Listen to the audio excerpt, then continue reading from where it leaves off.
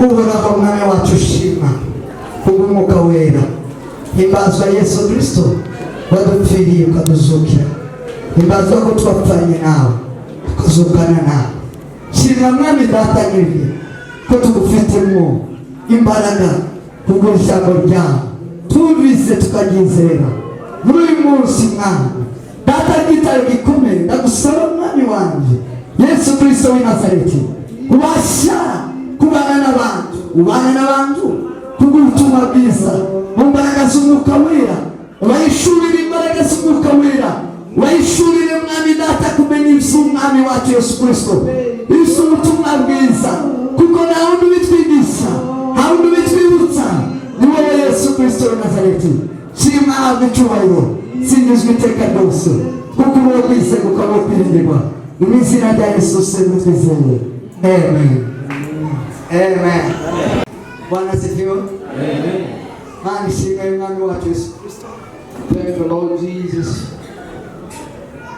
duhaye uyu iki gitondo cyiza for giving us this beautiful morning kugira ngo tubashe kuganira ijambo ry'Imana. in order for us to share the word of God.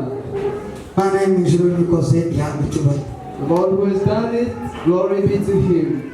Ndashimira Imana I want to thank the Lord ko tugeze mu gihe cyiza cya Pentecost. that we are in a very good moment of Pentecost. Uyu ni umunsi nyirizina wa Pentecost. This is the right day of Pentecost.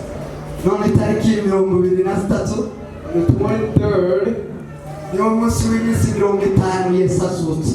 it's after 50 days by the resurrection of Jesus. Basaka twagize itariki 4 z'ukwa kane. We celebrated Easter on the 4th of April. Waruye kuva itariki 4 ukageza none 23 urasanga iminsi 50 yuzuye. When you count from the 4th to today, 23rd, you will find 50 days. Basanga Pasaka Pentecost uyirimo neza. You will find yourself in the Pentecost. Sema amen. Amen. Sema amen. Hallelujah. Mani shimwe tugejeje ku mkutano mwiza niwo munsi itorero riterana bwa mbere rikazariterana mu mugarika. We want to thank the Lord who brought us to this day where the first church got them openly. Ningo bicaye ntapfumwe ntagoba nta gutinya abatanzi abakuru b'amatorero cyangwa se amadini bagashyeshya itorero rikabaho. That's when they said the praise without being afraid or ashamed of the priest and everyone else. Yesu amaze gufatwa ajanywe, When after Jesus was arrested, agiye kubambwa, about to be crucified, abigishwa baratabagitse barataha. his disciples were scattered. Yari groupe It was a group of prayer. yari class It was a class, ya Bible study. the class of Bible studies. Yesu yari afite Bible study.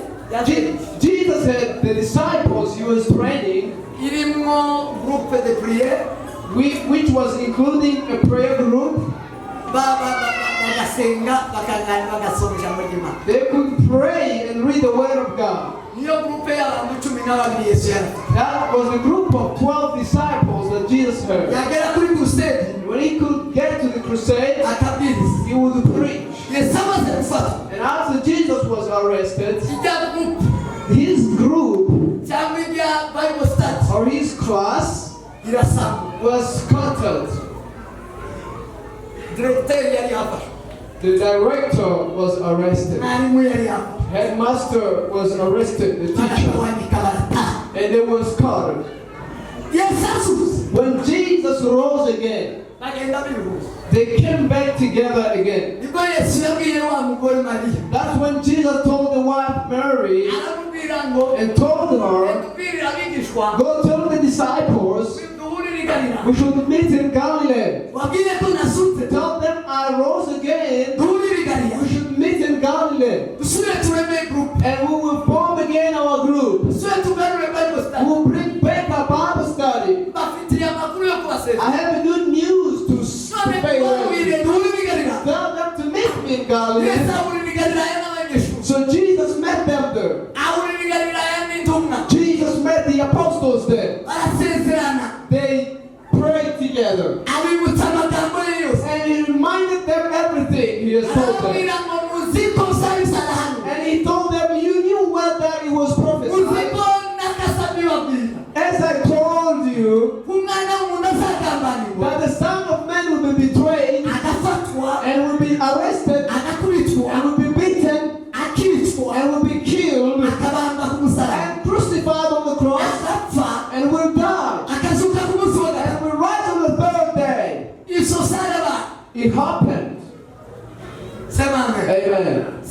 Hallelujah. He was arrested. He was beaten. He was crucified. He was dead. And he was resurrected on the third day. As I told you, when we were together in the Gethsemane, the Garden of Gethsemane, after 3 days, Jesus told them, I'm alive. And I'm alive again. And I will never die anymore. The people who would not believe, he manifested 2 signs after he rose. 3 signs. In order for them to know that he was Jesus. The first thing he said, peace be with you. Peace be with you. Peace be with you. And they knew him from that because it was his greetings before. Jesus could get to a place and say, peace be with you. His life was to say, peace be with you. All those who received him, they received him. They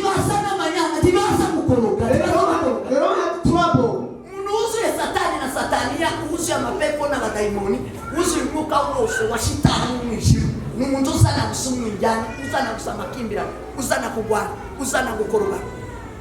A person with quarrels and stuff like that is a person filled with the devil. But when Jesus was different with other people, when Jesus didn't have the image of the devil, he was wearing the flesh. His word was in his mouth. The peace be with you. Peace be with you. Peace be with you. Jesus wore the body. Jesus was having a body. He was a man-hungry person. Just as he was in the belly for 9 months, and he became a full man. And he was born with the same body as we have. And he was taken care of as a slave. They put him on a light. They breastfed him. Jesus accepted him. He became a person. The life of a person is called. It was shared with Jesus as well. The only thing we never shared with Jesus, it was the spirit of the devil to be in him. The spirit of demons was never in Christ Jesus. Sin was never in Christ Jesus. The thing that manifested that he didn't have sin, that there was no evil spirit over him. He could say, peace be with you. My peace be with you. My peace be with you. Peace be with you. Peace of Jesus. They knew this is Jesus for sure. The second thing they knew Jesus, he came to them and he asked them for a fish. And he said, bring the fish and put it. Jesus ate. Jesus ate. And this is a man who shared the fish together the other time. We used to eat together. It's not a ghost. It's not a ghost. Because a ghost can never eat.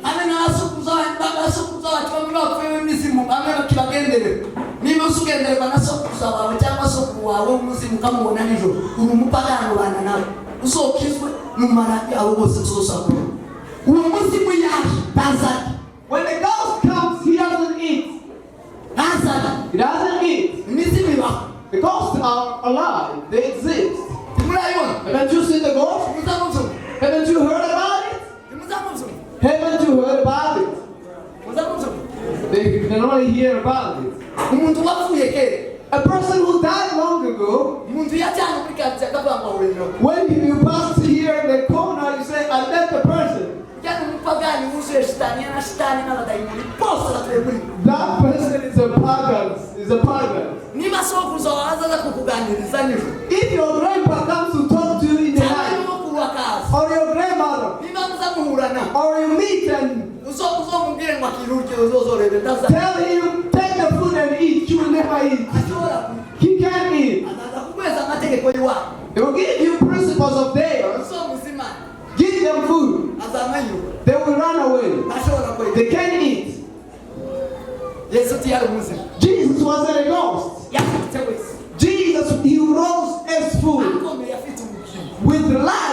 about it. With laughter about it. Not a ghost. A ghost is not normal. A ghost has no life. He can't eat. Say amen. Amen. The third. Jesus showed them the scar. It was daylight. They crucified him on daylight.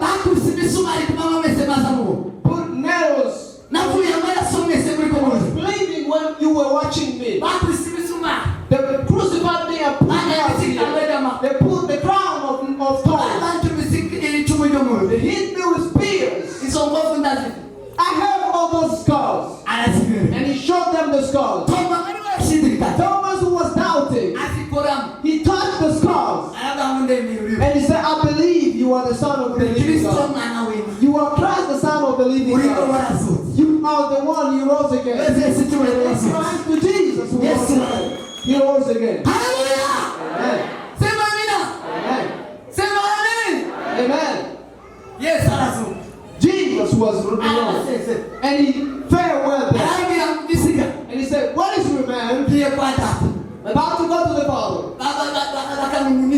And they were disheartened. They were disheartened. Because they were so joyful that Jesus was back to life. They could call him the master of life. The master of life is reason. Master of life is reason. And said, how can you leave us as orphans? Said, I'm not going to leave you as orphans. I will send the Holy Spirit and he will be with you. Amen. Amen. They didn't comprehend. And he told, listen, to be with you now, I can't help you any longer. What is profitable to you is that I must go. If I go, that's when the Holy Ghost will come. And when he comes, when he gets to you, he will conquer you. He will conquer the world for you. Amen. Hallelujah. When Jesus was farewelling them, and he said, I will send the Holy Spirit. And when the Holy Spirit comes to you, you will be able to do something. You will feel the empty place. You will feel exactly the empty place. And it became Pentecost. When Jesus was resurrected. We are in a time when Jesus rose. We are in times of Pentecost. Thank God you came in Pentecost. People who don't celebrate Pentecost, they don't know Christmas. They don't know the purpose of Easter. The person who knows the purpose of he can never stop gathering in Pentecost. When we started this Pentecost on Friday, I told people if Jesus lives in you and have his great days, because Jesus has 3 days in a person. He has great days in the world, outstanding days in your life. And those days, they are not to be forgotten. The life of a Christian is the principle. It's Christmas, Easter, Pentecost. That person who is filled with God. The Hebrews, Jews, the Jews. The Hebrews, they celebrate Pentecost. It is not the name of the Holy Ghost. No. It is the name of the great days of Jews or Hebrews. They had 3 different days. The first one, it was a time of harvest. When they could harvest, they would all gather in Jerusalem. And they would go to celebrate. And they would go to rejoice. Because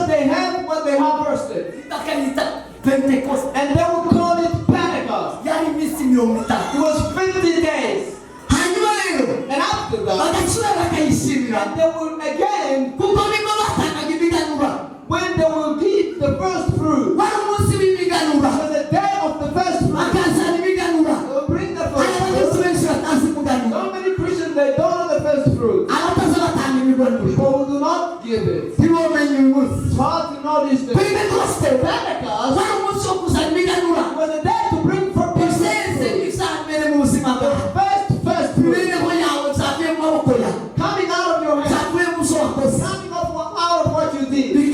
Bakabizana bagashima Imana. And they will bring before God. Bagatera nabo si Yerusalemu. They will gather in Jerusalem. Ikitwa Pentekoste. And it will be called Pentecost. Pentekoste Pentecost, therefore, yari ibyishimo by'abantu. it was the joy of the people. Uwo munsi Therefore, umwuka wera nawo uramanuka kw'itorero. and on that same day, the Holy Ghost Itorero came on the twebwe church. twizihiza We, the church, we celebrate umunsi w'umwuka wera. the day of the Holy Umwuka Spirit. wera wamanutse muri icyo gihe cy'abayuda. That's when the Holy Spirit came when the Muri Jews icyo were gihe gathering.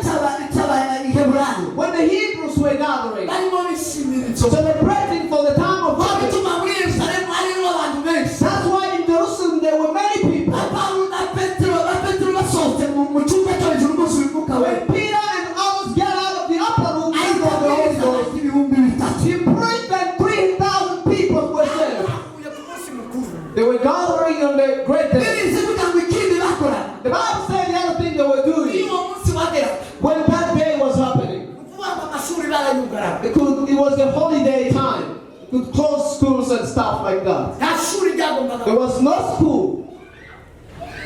Amashopu, Shops, business business, zagombaga guhagarara. all of them needed to be closed. Umucuruzi wese Every business person ushaka amafaranga wese searching for money, yafungaga agahagarara. he could close the shop Akajya kwishimira Pentekoste. and not to rejoice for Pentecost. Sema amen. Amen. Sema amen. Amen. Kutaza muri Pentekoste. Not coming Pentecost Ntibivuga ngo Imana ntiba mu buzima. means God is Abantu bakoze kuri Pentekoste mwakoze amakosa. people who worked in Pentecost. You did Ntibivuga ngo ndahurira gushaka amafaranga kuri Pentekoste. you can't search for money in Pentecost. Amaduka bazaba yakiye. It closed shops and stuff like that. Akazi kose bazaba gahagaze. Every job is to be stopped. Imana ishimwe kubwa Patrick karibu cyane. Thank God Kristo umusha. the Patrick. Abatijwe n'ubu nawe yahagaritse akazi. Aza kora Hallelujah. arahagaritse Imana. Sema amen. Amen. Sema amen. Pentecost. Pentecost. Pentecost. Pentecost.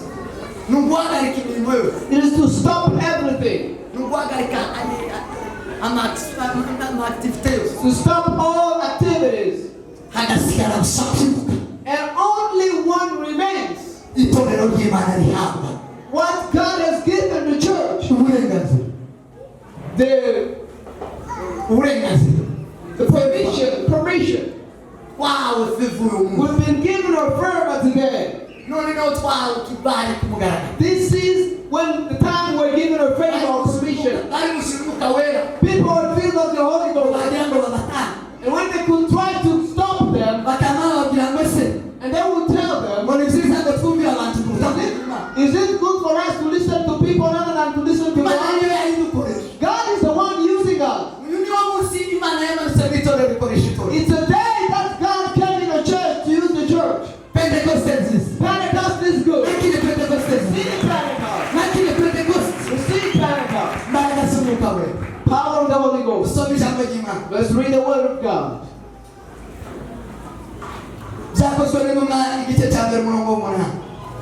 The book of Acts of the Apostles 1:8. Aho twasigiriye ejo. Where we stopped yesterday. Hanyuma dusoze. And then we'll conclude.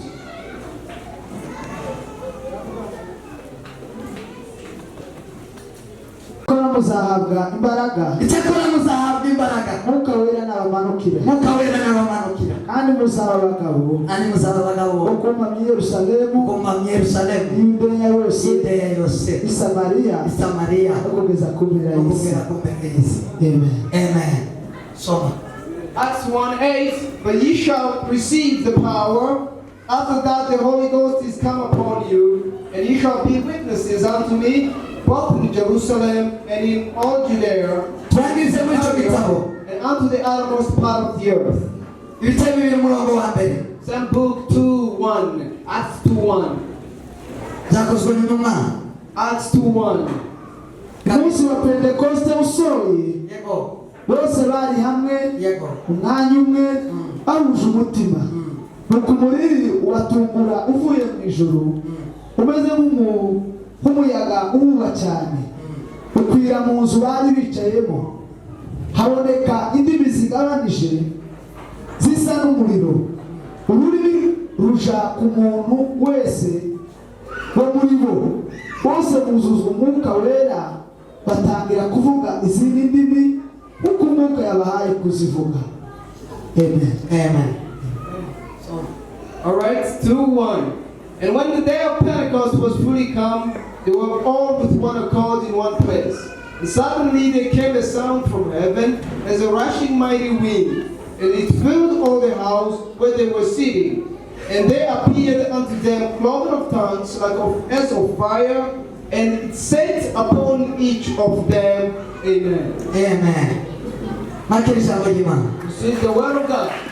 Uyu munsi wa nyuma wa Pentecoste, This is the last day of Pentecost, urisiyiza Pentecoste where we celebrate Pentecost nk'abakristo. as Christians. Twatangiye kuwa kane We started on Thursday, on Friday. tuganira amagambo ya Pentecoste We were talking about the words of cyangwa se Pentecost, hejuru y'umwuka wera. or about the Holy Spirit. Tuvuga umwuka wera. We were talking about the Holy Spirit. Wavuze hejuru y'umwuka wera. Spoke about the Holy Ghost. Umwuka wera ni impano y'Imana. But the Holy Ghost is the gift of God. Umwuka wera, The Holy Ghost, wovuga ngo umwuka wera you can say Holy Spirit cyangwa uvuga ngo impano y'Imana. or the gift of God. Impano y'Imana ni iki? Therefore, what is the gift of God? Ni ubugingo. It is life. Ni ubugingo. It is life. Ubugingo ni iki? And what is life? Iyo shusho y'Imana. It is the image of God. Niko gusa n'Imana. To look like God. Twabiganiriye kuwa gatanu. We spoke about that on Friday. Kuko umwuka wera Just as the Spirit of ari impano God y'Imana. is a gift of God. Ejo Yesterday, tuganira hejuru we spoke about y'umumaro w'umwuka wera mu Mukristo. the work of the Holy Spirit in the life of a Christian. Umwuka wera The Holy Spirit nk'impano as a gift. duhabwa n'Imana. We receive from God. Tuyakira ari impano. We receive it as a gift. Imana iduheza ari impano. And God gives it to us as a gift. Kubakijijwe kubakira Yesu To those Kristo. who believe and receive Jesus. Icyo Imana Yesu wamaze kuyimwemera.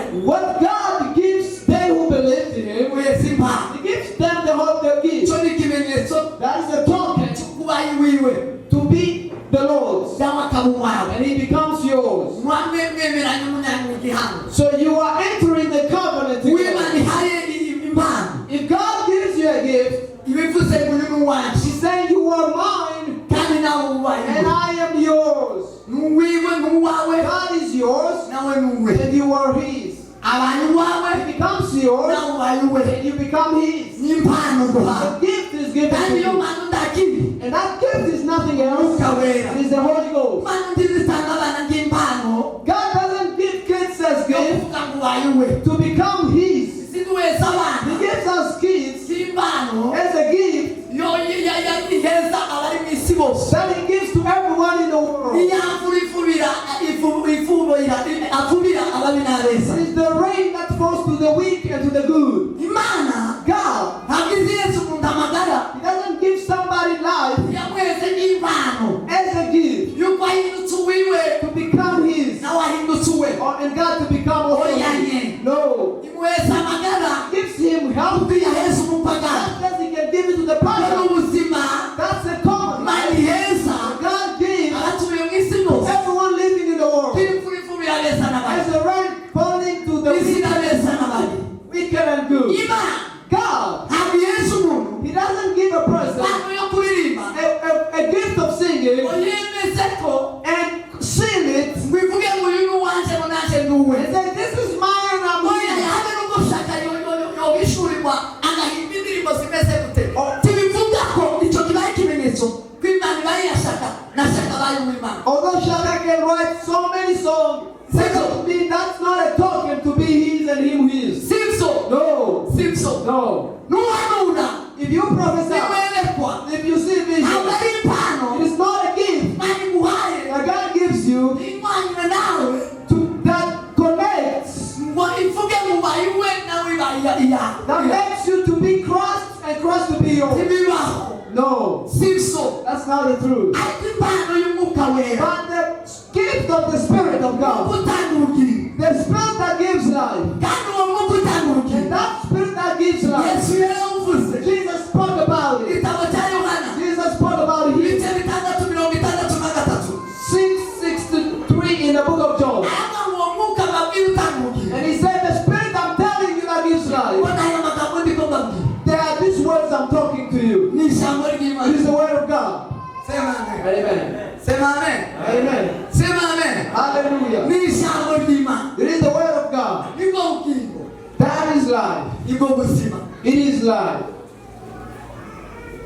iyo abantu rero azayiha abafite iri jambo Therefore, he gives this gift to the people that have his word. abamvise bakamwumvira Those who heard him, that listen to him. hanyuma rero uwo mwuka wagera muri twebwe iyo mpano And when that Spirit gets in us, ukaba ufitiye umumaro it becomes so much cyangwa profitable. imirimo y'umwuka Or the works of the Spirit of God. umurimo w'umwuka muri twebwe The work of the Spirit. ejo twaganiriye ijambo rya mbere Yesterday we spoke the first wari one. ukwishura icyaha It is to reveal sin. umwuka w'imana ari muri twebwe The Spirit of God is kugira ngo ahishure icyaha to reveal sin. ari muri twe kugira ngo ahishure icyaha He is in us to reveal sin. ashyire ku musozi To put openly, ashyire ahagaragara expose icyaha sin.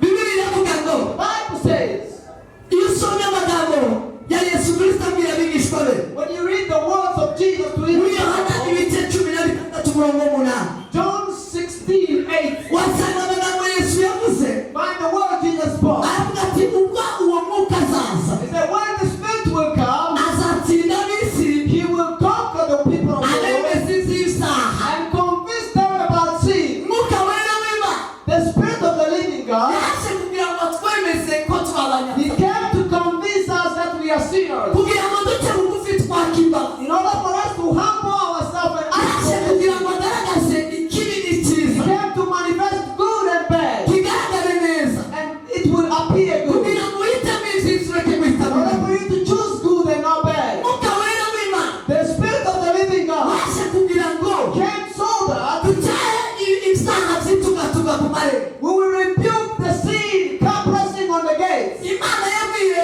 kayini God told Cain, iramubwira ngo kayini he said, Cain, si ukwanga gusa amaturo yawe I'm not just refusing your offerings. sinanga gusa I don't just hate your offering. sema amen Amen. mwuka wera w'imana The Spirit of the living uriho God kugira ngo twemeze ko turi abanyabyaha is there to convince us that we are sinners. uriho kugira ngo twereke ko ibyaha byatugatuga ku marembo Is there to show us that sin is pressing on ibyaha the door. biritugatuga ku marembo Sin is pressing on the ibyaha door. birakuzunguruka Sin is surrounding us. uwuzuye umwuka wera w'imana The person filled with the Spirit of azayamo God, icyaha ngo mbi inyuma satani he can tell sin, get out niko from yesu sin. kirisito yabwiye petero That's what Jesus told petero Peter. wari ugiye mu mwuka mubi wa Peter satani was having a bad spirit, urwanya ubushake bw'imana fighting against the will of God. yesu aravuga ngo And Jesus told ngo him, mbi inyuma satani get off from me, kandi uwo Satan. yari petero That was Peter. kandi uwo petero niwe mukuru w'abantu b'itumwa And Peter was the chief of the apostles. petero niwe watangije itorero Peter started the church. sema amen Amen. sema amen Hallelujah. sema amen Hallelujah. itajya banyiri itorero bafite Peter started the church. ariko umunsi umwuka mumuzamo But the day the evil spirit imbaraga entered him, z'umwuka zari muri kristo yesu the power that was in Jesus, umwuka wera wari muri the kristo Holy Spirit that was in Jesus, wishura icyaha ugishyira ku mugaragaro exposing sin, yesu avuga ngo satani mva inyuma and he told him, get off from me, Satan. iyo umuntu yuzuye umwuka wera When a person is filled with the umumaro Spirit, cyangwa umurimo w'umwuka wera mu muntu the work of the Spirit in a person, uwirukana icyaha mu mubiri wawe justice sin in the life. n'icyaha icyaha It is the one that rebukes n'uvuga sin. icyaha uko gisa It is the one n'izina that exposes sin as it is. n'izina In the name. n'izina In the name. maze abakristo nizo kuvuga ibyaha n'izina People were afraid to talk Cyangwa to kubitaha. sin or rebuke nta them. mwuka wera w'imana I ubafite don't have the Spirit of God in umwuka them. wera w'imana wari muri yohana umubatiza The Spirit of God was in John the Baptist. yasabwira akabwira abafarisayo And he could tell the Baptists, abakuru b'amadini the leaders of the bari church, batinyitse bikomeye the leaders of the Jews, icyo bavugaga muri leta cyarumvikana what they were speaking in the ariko Bible. yesu ababwira ngo mwabana n'inkiramwe And he told them,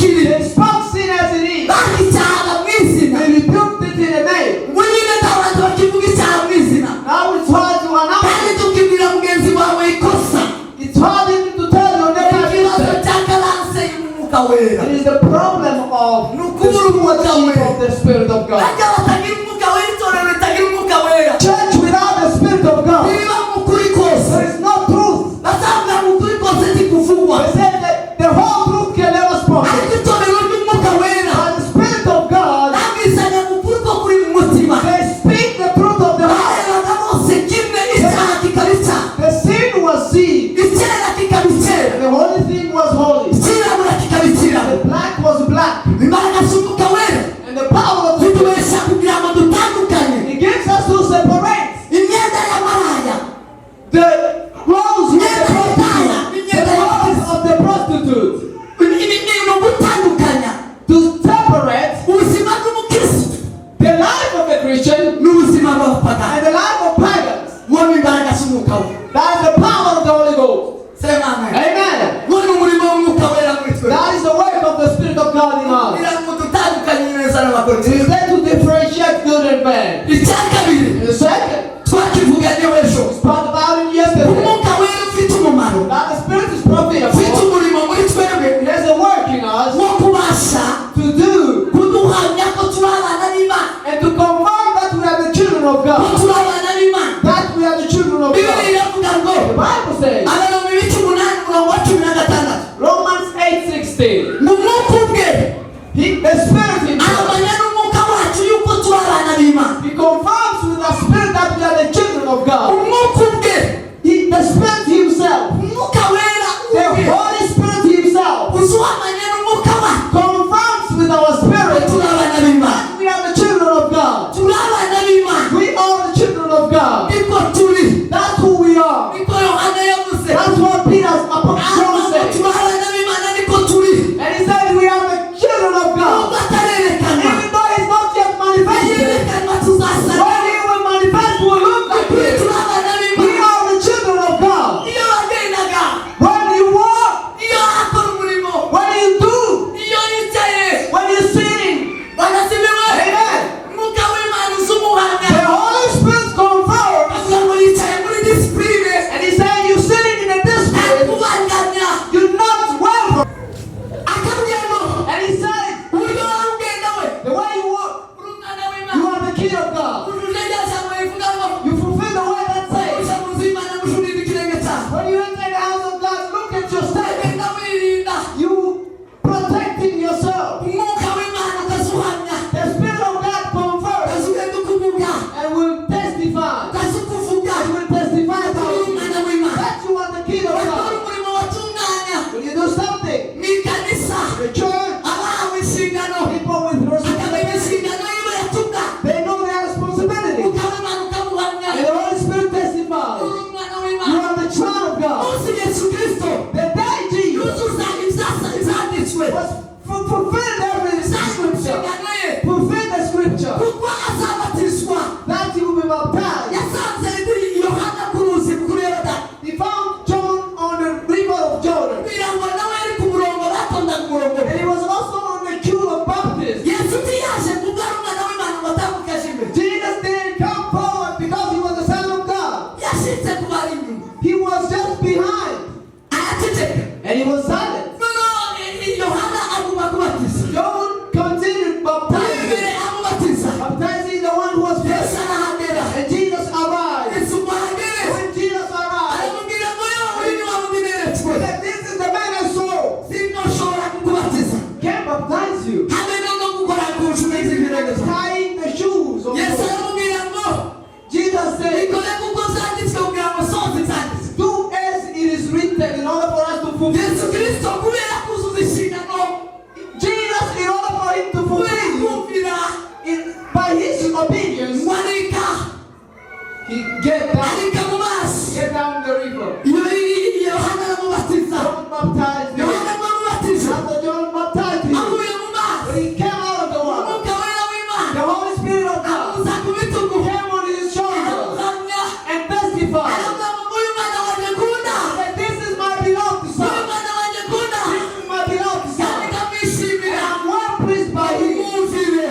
Listen to him. ni umwana wanjye He mumumvire. is my son. Listen to him. Umwuka w'Imana The Spirit of God n'umwuka wawe and your spirit. ese biguhamya ko uri umwana w'Imana? Do they testify that you are the Ese son ugenda uri of umwana God? w'Imana? Do you walk as a son of God? Ese ugenda uri we? Do you walk as the son of God? Are you the sons of God? When you're sitting in your house, do you sense that you are the son? When you go to work, does the Spirit confirm that you are the son of God? Or you don't have the kind of testimony? You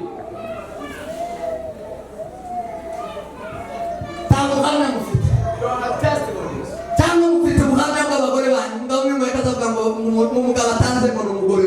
And I would say that the witness, she's my wife. A certain man used to say that.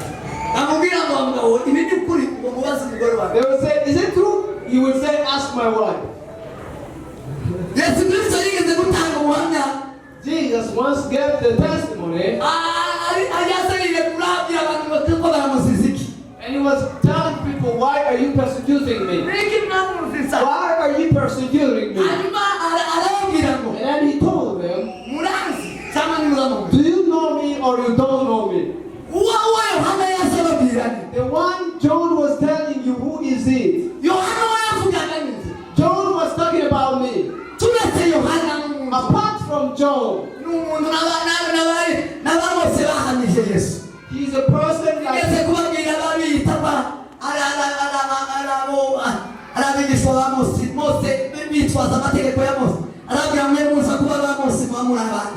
he told them, if you were of Moses, you were going to be mine. Then I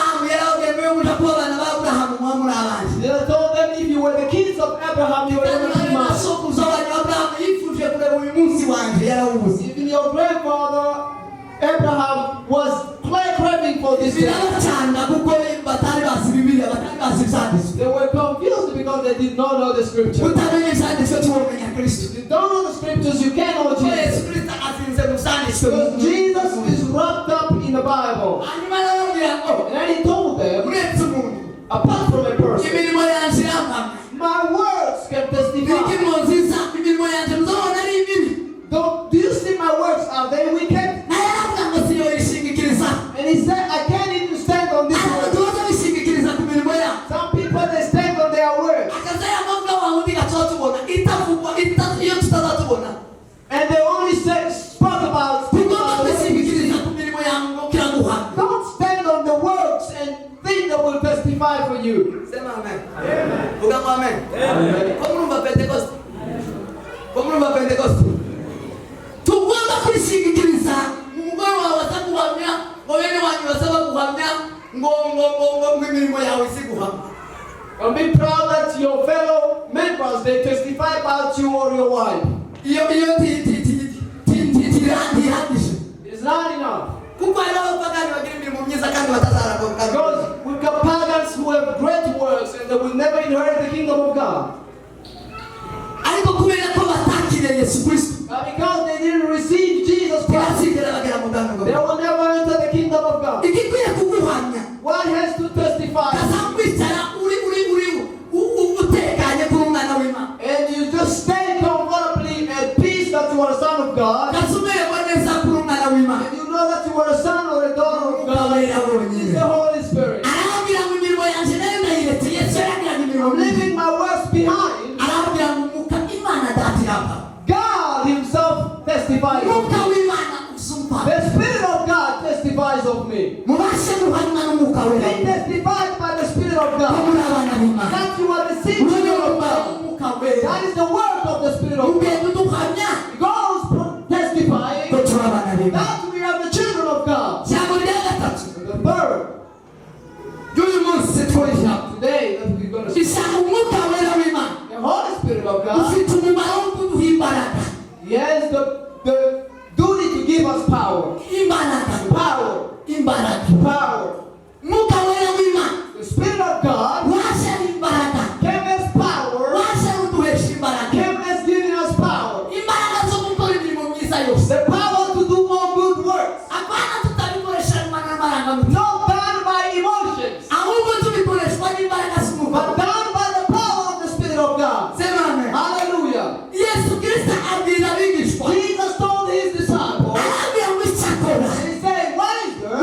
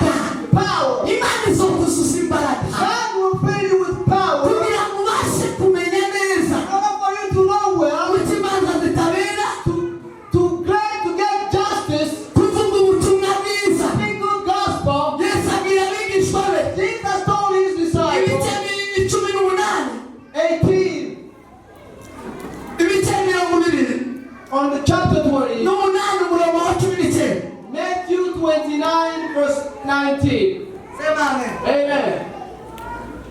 Sema amen. Amen. Arabwira ngo musavuga ubutumwa. And he said, you will speak the gospel. Ariko imbaraga z'umwuka wera When the zirabanuka. Holy Ghost has fallen upon you. Arabwira ngo nimuzure imbaraga z'umwuka So wera. when you be filled of the Spirit of Nibo God, muzobasha kuvuga. that's when you will be able to speak. Nibo muzabasha gukimanza. That's when you will be able to render Iyo justice. tuvuga ubutumwa When we preach the gospel, badukimanza. we are rendering justice. Sema amen. Amen. Sema amen. Hallelujah. Sema amen. Tuba tubwira abantu We are telling people isubwami bw'Imana the things of the kingdom of God. bava mu bwami bwa Satani. Coming out of the kingdom of the devil. Icyiza cyo kuva mu bwami bwa The Satani. good thing of coming out of the devil. Icyiza cyo kuja mu bwami bw'Imana. And the good thing of entering the kingdom of God. Ubwo butumwa That gospel tuzobuhabwa, we have been given. tuzobuvuga We will speak about it kubera imbaraga z'umwuka wera. because of the power of the Spirit of God. Abigishwa, The disciples, intumwa, the apostles, ntabwo zigeze zigisha they didn't just preach bataruse umwuka wera. without being filled of the Spirit of Ikibazo God. dufite ni The problem we have now, abigisha batuze umwuka there wera. are people who preach without being filled of the Spirit Abigisha of God. batuze umwuka wera. Teach us without the Spirit of God. baragoreka ubutumwa. They just make the gospel otherwise. Nicyo gituma tubwirije abavugabutumwa bavuga kubarikiwa, bavuga imigisha kuruta kubwira abantu ubwami bw'Imana. That's why we have so many preachers who speak about success and prosperity and not telling them about the kingdom of God. Buzuye umwuka, bo barabwiriza batuzuye umwuka wera. Preach without being filled of the Nicyo Spirit of gituma God. tubwirije abaririmbyi That's why we are filled with singers. bavuga baririmba indirimbo z'ubutumwa bwiza, We can sing good songs of good, ariko bakora ibyaha badasa nabyo. but sinning it don't look like it. Ni ukubera iki? Why? Ni uko nta mbaraga z'umwuka wera. Because the power of the Spirit of God. Nta mbaraga z'umwuka wera zibarimo. Power of the Spirit of God. Ariko abuzuye imbaraga z'umwuka wera. People filled of the Spirit of God. Ibyo avuga n'ibyo ari byo. Whatever they say, that's who they are. Ibyo abwiriza n'ibyo When adasa they nabyo. preach, that's what they Ibyo do. aririmba n'ibyo ari When byo. they sing, that's who they are. Uko ari mu ikanisa niko ari ku misozi. How they look in the church, that's how they Uko look ari in mu the ikanisa outside. niko ari mu nzu ye. How they are here, that's how they are in their home. Semamina. Hallelujah. Semamina. Let's continue. Reka ndangirize kuri ibyo. Let me finish up on this word. Umwuka wera w'Imana The Spirit of God ni imbaraga. is the power Yesu umukristo that gives to a Christian the power kuvuga gupfa kwa Yesu no kuzuka. to speak about the death and the resurrection of Jesus Christ. Ni imbaraga Is the power zimuhesha that gives to a Christian gusa n'ubutumwa bwe. to look like the gospel. Igituma uzubira mu kikabukoze icyaha, igituma uzubira mu kikabuza sitani, igituma uzubira mu kikabikanira ko uri urubutse, igituma uzubira mu kikabaye mwepesi wa gutenda amabara, ni ukubera nta mbaraga uba mu gihe udafite imbaraga z'umwuka.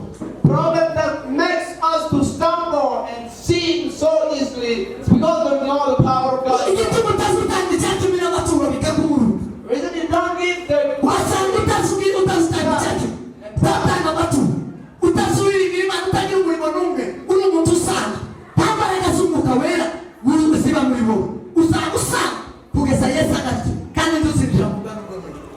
The reason why you don't tithe, you don't sing, you don't do anything for God, you just become a normal person until Jesus comes back. It's going to get hard to enter the kingdom of God. Imbaraga z'umwuka wera The power of the gospel zo zinaduhesha gukora imirimo y'Imana. gives us the power to do the works of Iyo God. ufite izo mbaraga When you've got that power, uzaza zigusukuma, it pushes you. uzaza zikujyana. It pushes you. Yesu Kristo Jesus Christ, wamaze kuzura umwuka wera after he was filled of the Holy ngo Ghost, waramuteruye took him out umujyana mu butayu. and took